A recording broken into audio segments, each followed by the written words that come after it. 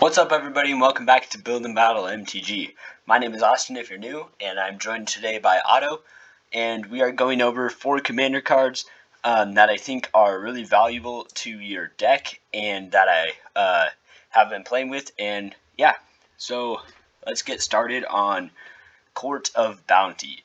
So Court of Bounty is for 2 and 2 green, so 4-drop enchantment. When Court of Bounty enters the battlefield, you become the monarch. At the beginning of your upkeep, you may put a land card from your hand onto the battlefield. If you're the monarch, instead you may put a creature card or land card from your hand onto the battlefield.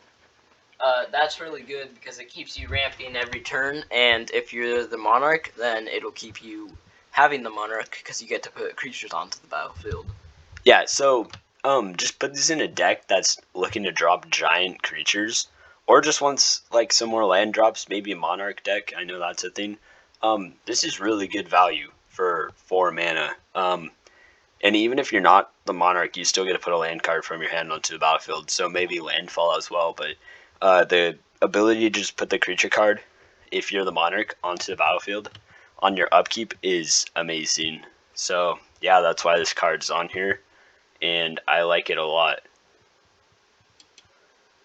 Next up, we have, I don't even know how to say this, Geared Conclave Exile. So for 2 red, green, white, so 5-drop legendary creature human shaman, 2/5. When Geared enters the battlefield, create a 4/4 green rhino creature token with trample. Whenever Geared attacks, populate the token enters the battlefield tapped and attacking. So populate means create a token that's a copy of a creature token you control. So this is cool in like an attacks deck, or I was thinking about that goated commander. If you put that in that deck, that'd be pretty good. But basically, whenever he attacks, you can make a 4/4 rhino that is also tapped and attacking. So that seems pretty cool. I don't know. This seems fun, right, Otto? Yeah, and if you have a token deck, you can get some cards out that are even bigger tokens, and then you can populate those so that you have bigger creatures attacking. And also, I guess you could run this as your commander as well, and it's definitely a bunch of options. So yeah, pretty cool.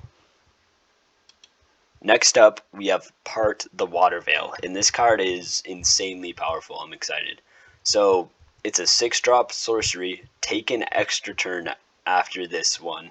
Exile part of the Water Veil, and then it has Awaken 6. So for 6 blue, blue, blue, if you cast this spell for 6 blue, blue, blue, also put 6 +1/+1 counters on target land you control. It becomes a 0/0 elemental creature with haste. It's still a land. Alright, so the Awaken part is on there. I don't think you're like ever going to use that though, because that just doesn't seem like very much value. You have infinite mana. Yeah, if you have infinite mana, then definitely go for it. But just 6 mana to take an extra turn is amazing. Like, people don't really realize how powerful extra turns are, but they're very powerful. Like, if you have the chance to play one, do it, because next turn you can do everything else that you would have done if you didn't play it. So yeah, it's great. And then also basically it's like 6 mana, reset your turn, like even draw another card, you know. So it technically replaces itself in the fact that you get to take another turn and draw an extra card on that. What do you think, Otto? It's really good if you have this in a deck where you have lots of giant creatures, and you could play this, attack, and then you'll have them for blockers if you want to, or you could finish off the game by attacking again with your big creatures. And you also just get an extra turn and an extra card, which is just great, because even if you don't play anything else on that one turn that you play this card, you still have another one to do all the stuff that you wanted to do. Yeah, also, like, maybe this could be good in a +1/+1 counter deck because of the Awaken thing, that you could put 6 +1/+1 counters on target land. So yeah, very powerful card. And last on the list, we have Archon of Coronation. It's a 6-drop 5/5 flying Archon. When Archon of Coronation enters the battlefield, you become the monarch.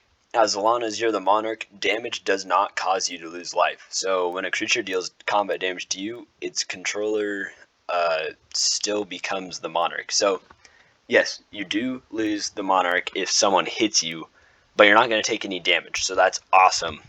This would be very powerful, obviously, in a Monarch deck, but maybe also in like a flying attacks deck. Yeah. Yeah. I don't know. It seems pretty fun to play as well. The fact that you can't lose life if you're the Monarch, like if you can have some way to not get attacked, maybe it's like a stacks type deck.